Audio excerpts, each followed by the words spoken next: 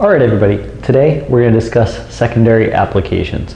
Now, secondary applications are the part of your application that obviously comes after your primary application. This is a part of the application process that gets a lot of people tensed up and creates a lot of anxiety, and honestly rightfully so, because you oftentimes get a lot of secondaries at once. You have some pressure in when to turn them around. You have to come up with unique answers to rather generic questions. So I'm going to give you some insights into all these things today. One of the first things to talk about is the timing of secondary applications. Now, you guys remember that sometime in June, you'll have submitted your primary application. Now, secondary applications will typically come out basically in July onwards. The latest I've really seen secondaries come to an applicant is September if they were completed back in June. Obviously, this can vary and go further out. Let's say you weren't completed until September, then you're not going to get your secondary until a little bit later than that. But usually July or so, a couple of weeks after your primary application is submitted, you'll get your secondaries from the school. The next thing about timing is when do you have to submit them back by? This typically stresses a lot of students out because there's no definitive application deadline, nor do most schools have even a guideline as to when you have to get them in by. The reality is that the earlier you get them in, the better, because that means that your application is going to be looked at and complete at that school, but you don't want to rush through it and just submit something the next day. The timeline I give most folks is 2 weeks from when you receive the application to when you want to get it back to your schools by.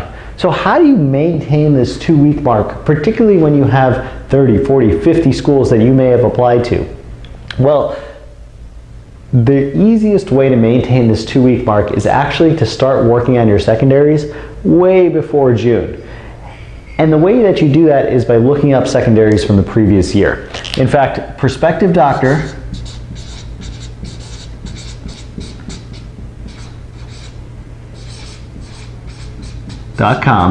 is the best place to find these secondary prompts.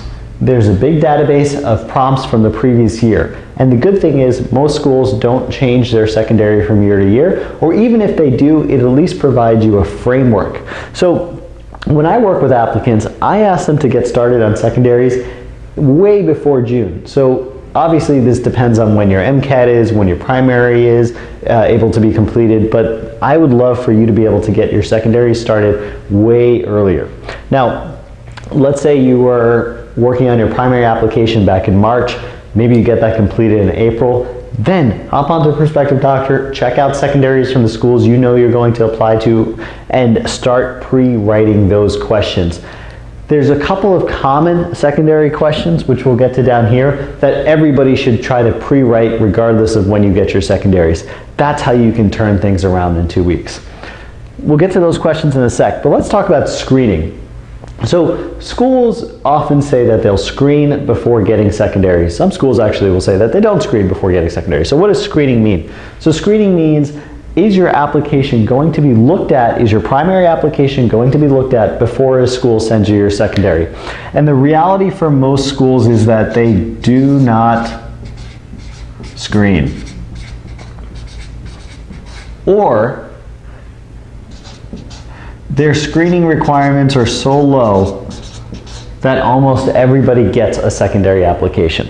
There are a few schools which don't meet this criteria. Vanderbilt, UCLA, UC Irvine, Loyola, just to name a few. So there are a few schools that don't meet this criteria, but the majority of schools do not screen for secondary applicants. This means that if you submit to them a primary, you're going to get a secondary. So this goes back to the video we talked about choosing a school list. This is why you don't want to put 100 schools on your school list, because you're going to get a 95 secondaries and you're not going to be able to complete all of them, so you're not going to have applied to the school. So just checking that box off on the AMCAS doesn't really help you. The reality is that almost every school is going to send you a secondary. Why? Well, they make good money off of this. It costs anywhere from $50 to $150 to apply to a school with your secondary application. The money that you spent on your primary application is going towards AMCAS. This is going directly to the school, so they make some good money off of this.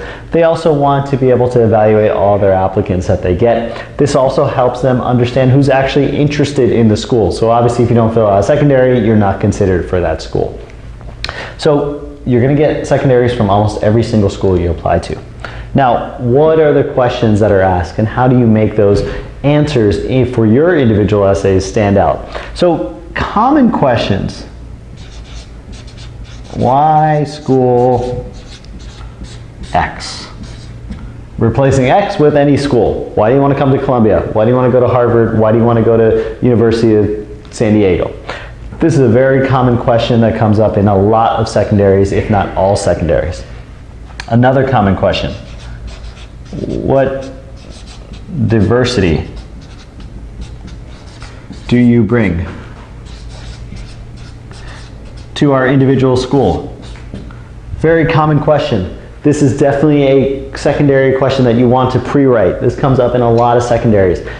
Remember, diversity is not just the color of your skin. It's your experiences, it's your abilities, it's everything that you bring to the table. So you're going to want to think about what diversity do you actually bring to an incoming class. Another really common question is, what else? Or something along those lines. What else do you want to tell us? What else haven't you told us anywhere else in your application? What else do you want the school to know about you? Explaining grades. Sorry?